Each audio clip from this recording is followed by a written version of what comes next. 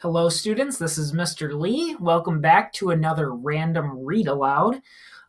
Today's story is another story that I selected based on another student's interests. They really like to bike to school. Now, I'm going to add in there for those of you who like to bike.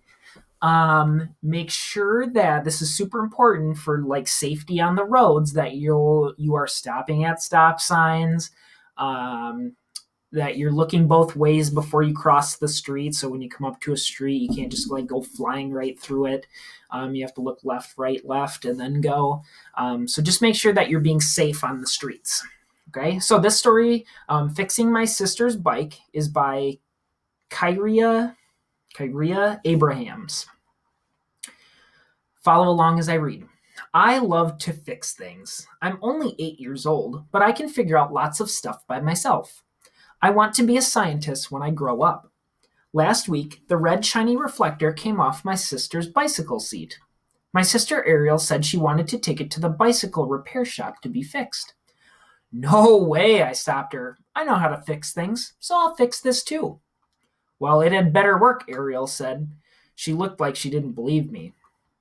I got some rope out of the closet and tied the reflector right back onto the bike. It dangled a little bit, but it worked just fine. It looks messy, Ariel said.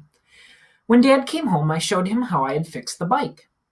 Do you think that's the best solution? He asked me. I looked over at the reflector. On second glance, it didn't look that secure at all. There were some pieces of rope hanging off. I shrugged. Yeah, it's fine, I said. I thought it was the best solution. I had come up with it, after all, so it had to be the best. Okay, he said. Let's see how long it stays attached to the bike. My dad said he was proud of me for taking initiative. That means I see something that needs to be fixed and do it without being told. That's a great vocab word, by the way. Initiative, great vocab word. I think I have a new lesson for you, though, Dad said. I want to show you how to conduct an experiment. I had come up with a solution to a problem, and now the second step was to test it under different conditions. I asked my sister when she was playing to go for a bike ride. She said at 2:00 p.m. I grabbed a pen and a piece of paper and made 2 columns on the paper. One column said good, and one column said bad. At 2:00, I went outside to watch her ride. First, she rode down the sidewalk, and the reflector stayed on. I made a check mark in the good column. Next, she went over a bump, and the reflector stayed on. I made another check mark. Good again. Then she rode underneath a tree. Uh-oh, I knew what was coming next. One of the branches from the tree swept across the back of her bike, and the next thing I knew, the whole reflector was untied and on the ground. Ariel cried out, "My reflector!" I made another check mark, this time in the column that said, bad. Back to the drawing board, I said. Grrr, said Ariel. That night, my dad and I sat down with my paper to look at the check marks. In what columns did the reflector stay on the bike? He asked me. I looked. Well, it stayed on when the bike was riding normally, but it fell off when it was hit by a tree branch. What you have on that sheet of paper is called scientific data, Dad said. What do you think you can learn from this? I don't think the rope worked very well, I said. I don't think so either, but you did have to test it to be sure. Well, I tested it now, and now I know. What will hold the reflector on a little better? Let's use glue, I said. We went downstairs where all the family keeps all of our tools. Dad pulled the bike up onto the bench and took out the super glue. I'm not allowed to use strong glue by myself, so we did this part together. We let the glue dry overnight, and the next day I conducted my experiment all over again. You're not going to break my reflector again, are you? My sister asked. She looked a little mad and suspicious.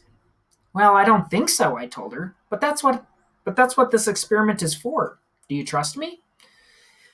I guess so, Ariel said, but mainly because Dad helped this time. She stuck her tongue out at me. I made her ride the bike exactly the same way she had last time so that we could try it to recreate the conditions.